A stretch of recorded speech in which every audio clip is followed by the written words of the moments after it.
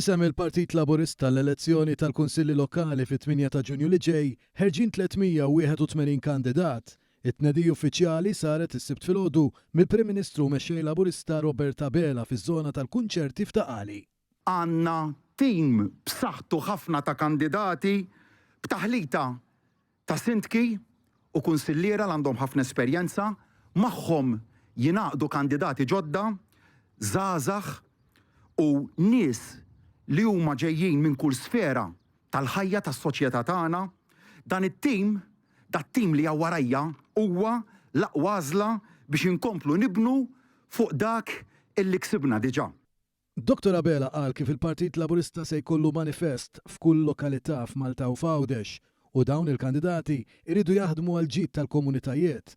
Hawnhekk semma kif il-prijoritajiet tal-Gvern huma l-prijoritajiet tan-nies fosthom b'aktar spazji miftuħa fil-qalba tal-komunitajiet, aktar indafa, bini sostenibbli u infrastruttura effiċjenti.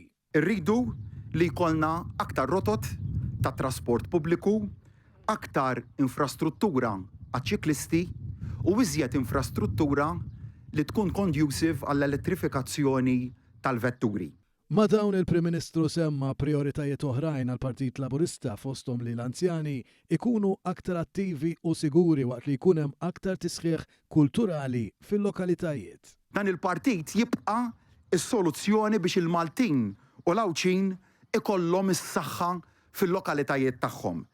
Se naslu għax nemmnu u għandna fiduċja sħiħa f'pajjiżna. Se naslu għax il-politika tagħna ibbażata fuq l-imħabba għal pajjiżna u fuq l-imħabba għal poplu tiegħu.